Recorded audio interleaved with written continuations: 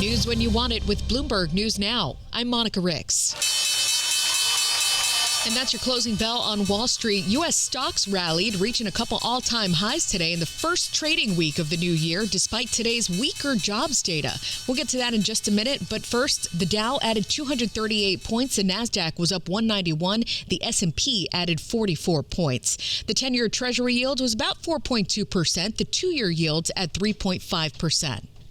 President Trump says $4 billion worth of Venezuelan oil is now on its way to the U.S. American companies will have the opportunity to rebuild Venezuela's rotting energy infrastructure and eventually increase oil production to levels never ever seen before. The president met with about 24 oil executives to discuss major investments in Venezuela's energy industry. The plan is for them to spend at least $100 billion to rebuild the capacity and the infrastructure necessary.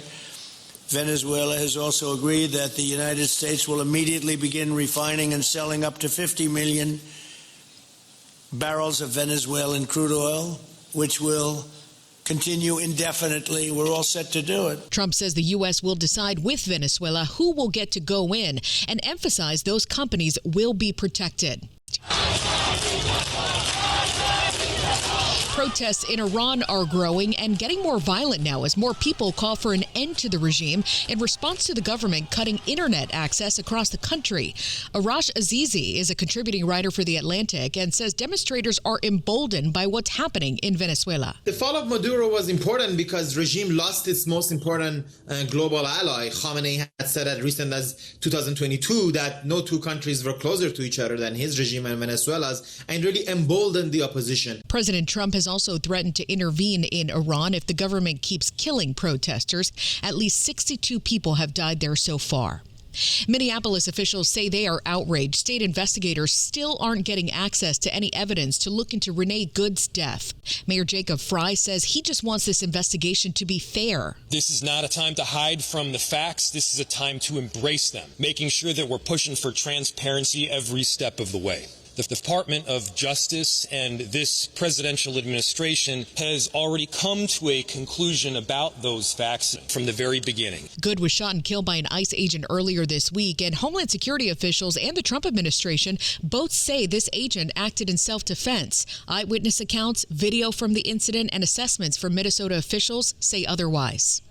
Now on to today's jobs data. Just 50,000 jobs were added to the economy in December, and the nation's unemployment rate fell to just 4.4%. BlackRock's chief investment officer of Global Fixed Income, Rick Reeder, weighed in and says artificial intelligence could also start shifting the market and how jobs are created. This year, you're running at a number, well, we just saw 50,000, 39,000 was in healthcare. Point being, and part of why I think the interest rate tool doesn't really affect healthcare. It doesn't really affect education, which was another part of the job market. Meaning, I think we're just seeing a productivity revolution. I mean, you break down the numbers, you really look at it, it's pretty extraordinary. And I think the labor dynamic is quite significant. BlackRock's Rick Reeder on Bloomberg's Open Interest. Traders still predict we'll see 2 rate cuts overall in 2026, but they're lowering their bets on a rate cut later this month. President Trump, by the way, posted a chart on social media last night that included figures in the December employment report that weren't supposed to be made public till today.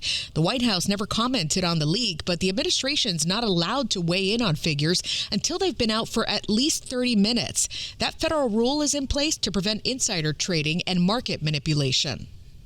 The Supreme Court didn't issue a ruling on President Trump's tariffs today, which could eventually determine whether more than 1,000 companies are eligible for tariff refunds if they're overturned. Bloomberg Intelligence senior analyst Nathan Dean. Are we going to see refunds? Now, Bloomberg News has called it refund chaos. And back on January 2nd, the Customs and Border Protection Agency actually put out an interim final rule that would actually reaffirm that these refunds would be sent via electronic transfer. So that's certainly interesting to see if these refunds are coming. Nathan Dean on Bloomberg TV. More opinions from the High Court are expected next week. Johnson & Johnson has reached an agreement with the Trump administration to cut drug prices in the U.S. in exchange for tariff exemptions. The pharmaceutical giant set to participate in Trump RX, which will allow millions of Americans to purchase their prescriptions at discounted rates. The company also announced 2 U.S. manufacturing facilities today that are under construction, including one in Pennsylvania and another in North Carolina. And that's news when you want it with Bloomberg News Now. I'm Monica Ricks, and this is Bloomberg.